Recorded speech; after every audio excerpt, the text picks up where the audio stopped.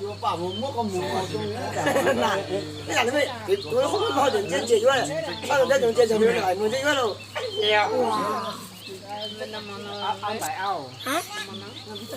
Việc con nọ ạ. Việc con nọ. Chúng là miệng rồi. Làm một đứa hỏi cái nó nữa còn nữa. Đấy đâu à? Mà quật chỉ đấy. Trái khó. Tôi chỉ nói là học quật chỉ đó. Ai bọn đây ăn cái số nói cái đâu?知道，我有啊，好多年蘿蔔luôn đi. Cái phụ anh đi là. Ăn đây là đâu đâu.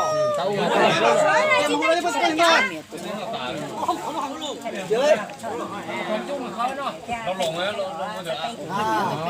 Cái này mở tiền đúng rồi, giờ lùng thử. Bắt hả? Hùng nó đi giờ lùng đi rồi.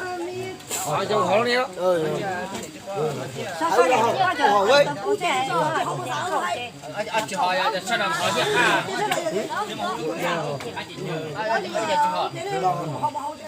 Cái này lột.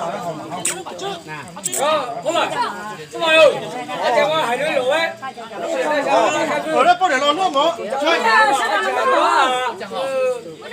Có thể cùng đấy, cùng tao đó. Chưa rồi. Bây giờ nó hồng. Rồi nó hồng. Không à, thế nào? Cái này.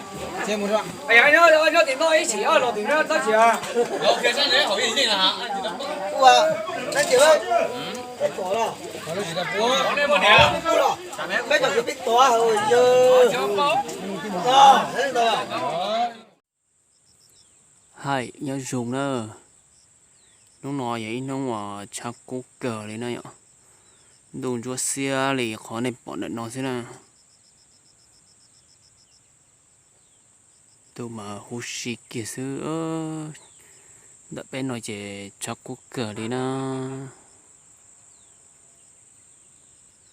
Lúc nông ta tỏ nhập bông cho nó tin nó nè.